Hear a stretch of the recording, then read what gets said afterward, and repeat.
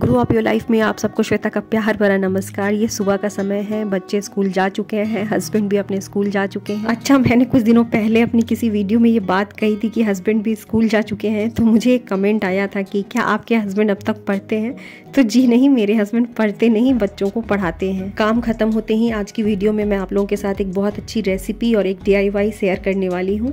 अभी सुबह के 11 बज रहे हैं और सभी कामों को ख़त्म करके मैं लग गई हूँ अपने एक इंटरेस्टिंग काम में। ये मेरी वैसी कतरने हैं जिससे मैं कुछ कपड़े वगैरह सिलाती हूँ, तो जो मेरे कपड़े सिलती हैं वो मुझे वापस दे देती हैं। उन्हें पता है कि मैं स्टिचिंग का काम करती हूँ और इन्हीं कतरनों को यूज़ करके मैं एक बहुत ही प्यारी सी चीज़ बनाने जा रही हूँ। इसके लिए मैंने ये पिंक कलर वाला कपड़ा चूज़ किया है।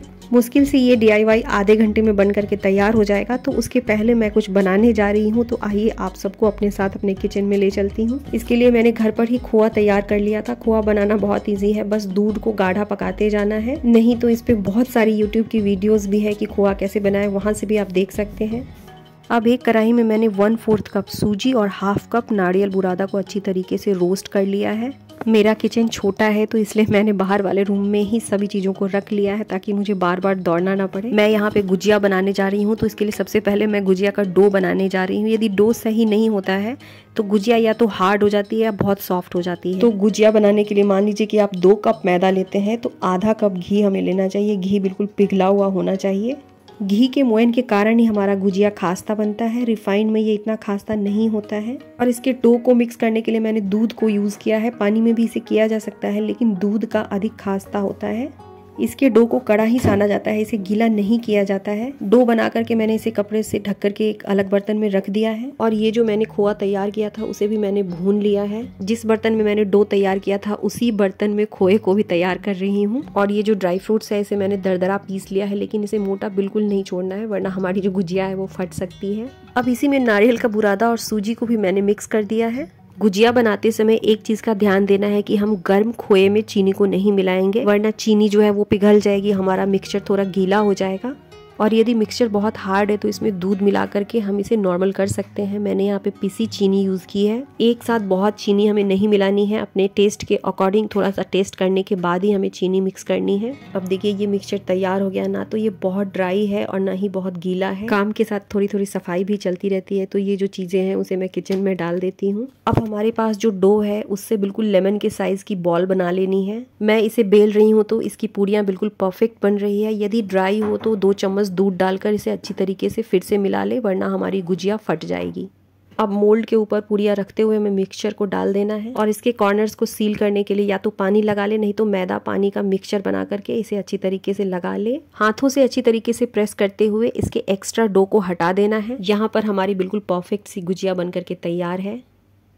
एक चीज़ का हमें ध्यान देना है, गुजिया के भीतर हमें बहुत अधिक मिक्सचर को नहीं भरना है, वरना हमारी गुजिया फट जाएगी। और बहुत कम मिक्सचर को भरेंगे तो हमारी गुजिया में स्वाद नहीं रहेगा। मैंने यहाँ पे बैठ करके सारी गुजिया तैयार कर ली है। अब जा रही हूँ इसे फ्राई करने। गुजिया को फ्राई करते समय इसके फ्लेम को लो टू मीडियम रखना है, यानी कि बीच में रखना है। ना तो बहुत अधिक हाई रखना है और ना ही बहुत अधिक लो रखना है। बीच बीच में पलटते रहना है। और इस जगह पे हो गई है मेरी गुजिया तैयार। बच्चे और हस्बैंड आ चुके हैं तो पहले उन्हें लंच करा देती हूँ, उसके बाद आगे DIY भी शुरू करती हूँ। सबको लंच कराने के बाद इस वक्त 3:30 हो रहे हैं, आगे की तैयारी शुरू करती हूँ। तो इस कपड़े पे मैंने पहले ही प्रेस कर लिया था। अब हमें करना क्या है, अपने किचन पे जा करके किसी भी गोल प्लेट को लेना है। प्लेट बहुत अधिक बड़ा नहीं होना चाहिए, मीडियम साइज का होना चाहिए। और इसी से हमें एक सर्कल बना लेनी है। बच्चों की जो कॉपी आती है उसके कवर पे मैंने ये सर्कल बनाई है। अब हमें सर्कल पे इस तरीके से स्केल को रखते हुए बीचों बीच इसका मेज़रमेंट ले लेना है। मेज़रमेंट ले लेने के बाद मेरा जो ये सर्कल है 13 सेंटीमीटर आ रहा है। अब इसी 13 सेंटीमीटर को ले करके हमें दूसरे पेपर पर स्क्वायर शेप ड्रॉ करना है। स्क्वायर यानी कि जिसकी लंबाई और चौड़ाई दोनों समान हो। इस पेपर पर मैंने स्क्वायर और सर्कल दोनों को ड्रॉ कर लिया। मुझे पक्का पूरा यकीन है कि ये आपको बहुत पसंद आने वाली है। वीडियो में आगे बढ़ने से पहले हमेशा की तरह यदि आपने मेरे चैनल को सब्सक्राइब नहीं किया है तो इसे सब्सक्राइब जरूर करें। वीडियो पसंद आने पे इसे लाइक करें। मेरे साथ और समय बिताना है तो नोटिफिकेशन बेल को भी ज़रूर ऑन कर ले। अब हमें इसी स्क्वायर और सर्कल के बराबर कपड़े की कटिंग करनी है। मेरे पास कपड़ा थोड़ा सा कम है, इसलिए इस कटिंग को रखकर इसे एडजस्ट करने की कोशिश कर रही हूँ। कपड़े को इस तरीके से डबल फोल्ड करते हुए हमें इस पर ये वाली जो कटिंग है वो रख देनी है। सर्कल और स्क्वायर को इस तरीके से रखते हुए हमें लाइनों को ड्रॉ कर लेना है। इसके बाद हमें इसे पिन से अच्छी तरीके से सिक्योर कर देना है ताकि जब हम इसे सिले तो ये बिल्कुल हिले नहीं। अब देखिए इसकी जो कटिंग है वो बिल्कुल लाइन पर नहीं कर रही हूँ, थोड़ी दूरी पर कर रही हूँ। वीडियो में देखकर आपको समझ आ जाएगा। मैं अपनी वीडियो में एक एक छोटे से छोटे स्टेप को भी आप लोगों के साथ शेयर करती हूँ ताकि कोई बिगनर्स है तो वो भी इसे बना पाए। मेरी सिलाई मशीन ठीक हो गई है इसलिए मैं इसे यहाँ यूज़ कर रही हूँ, लेकिन इसमें बहुत कम सिलाई है। हम चाहे तो इसे हाथों से भी सिल सकते हैं। कपड़े को डबल फोल्ड करने के बाद हमने जिस जगह पे सर्कल ड्रॉ किया था ठीक उसके ऊपर हमें मशीन चला देनी है। मशीन चलाते समय जब हम कपड़े को मूव करते हैं सुई को ऊपर नहीं लाते बल्कि कपड़े के नीचे ही रहने देते हैं, जिससे कि हमारी जो लाइन है वो बिल्कुल इक्वल में बनी रहती है। अब इस जगह पे जहाँ पे हमने कपड़े के ऊपर स्टिचिंग डाली है ठीक उसके बगल से हमें अच्छी तरीके से कटिंग कर लेनी है। कटिंग करते समय इस बात का ध्यान देना है कि हमारी जो सिलाई है वो नहीं कटनी चाहिए। अब हमें इसकी एक तरफ छोटा सा कट लगाना है। इसकी कटिंग थोड़ी छोटी ही करनी है। कटिंग हमें केवल इतनी करनी है कि कपड़े को हम आसानी से पलट सकें। स्क्वायर और सर्कल दोनों पीसेस को मैंने सीधी तरफ पलट लिया है। सबसे पहले मैंने सर्कल को बीच से इस तरीके से फोल्ड किया है। इसके बाद मैं स्क्वायर को भी बिल्कुल इसी तरीके से फोल्ड करूंगी। इसके बाद स्क्वायर और सर्कल दोनों पीसेस को अच्छी तरीके से प्रेस कर देना है ताकि इस पर एक निशान बन जाए।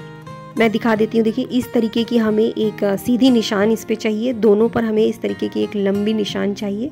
अब इसी निशान पर हम सुई में धागा डाल करके इस तरीके से टाँका लगाएंगे। थोड़ा क्लोजअप करके दिखा देती हूँ। बस यही एक स्टेप है जिसे हम फॉलो करेंगे। इसी तरीके से हमें टाँके लगाते जाना है। अब देखिए जो हमारा स्क्वायर वाला पीस है उसके ठीक बीचों बीच जहाँ पर हमने सीधी लाइनें ड्रॉ की है ठीक उसके ऊपर रखते हुए इसे इसी तरीके से हमें सिलाई कर देनी है। अब हमें करना क्या है, सिलाई करने के बाद धागे को हम एक सिरे से इस तरीके से खींचेंगे जिसके कारण ये बिल्कुल बटरफ्लाई का शेप ले लेगा। थ्रेड को खींचने के बाद बीच में इस तरीके का जगह बन जाएगा जिसे हम बिल्कुल टाइटली धागे से बांध देंगे।